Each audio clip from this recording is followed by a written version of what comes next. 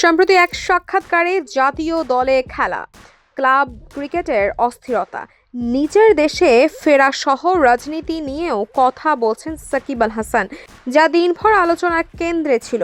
তবে সোমবার নিজের ফেসবুক পোস্টে বিষয়টি স্পষ্ট ব্যাখ্যা দিয়েছেন তিনি। সাকিব লেখেন, আসসালামু আলাইকুম সবাইকে। সম্প্রতি গণমাধ্যমে আমার একটি বক্তব্য বেশ আলোচনায় তৈরি করেছে। আমি সবার কাছে বিষয়টি খুবই স্পষ্টভাবে তুলে ধরতে চাই। এই মুহূর্তে আমার পুরো মনোযোগ শুধুই ক্রিকেটে।